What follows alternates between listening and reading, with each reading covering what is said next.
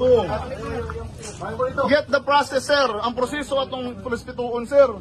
Dili ka pwede mo dako pug tao na walay warrant. Dili lagi pwede, sir. Wala man may warrant, boss. Asa man yung warrant, chef? Asan yung warrant? Asan yung warrant, chef? Asan yung warrant? Oh. Tawon sa Tarragona, paminaw mo. Gidakop nila ang among mga tao na walay warrant of arrest. Ikaduha, walay complainant. Gipanguntanan ako, unsa ang basihan sa pag-arrest? Ano siya? Mubaba pa ang complainant. Kana ba ang proseso? The process is clear. You have to file a case, preliminary investigation, warrant of arrest. Oh, matanog. Oh, matanog sir, matanog. Oh. Okay lang sir? Okay lang, anak ko.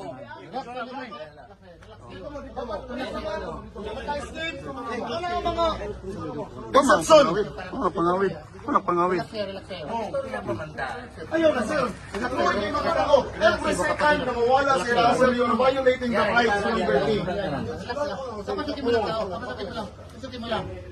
Every second na ma-violate din yun, sir, is a violation of the rights. Ano sir? Oh. Dili pwede. Ilang panggunit, ilang panggunit. Dili pwede. Okay na, ilang ganang panggunit. Ilang panggunit. Naging oras ko ay panggunit. Para magkabusog sa taong. Babaliw ko, be. Hoy.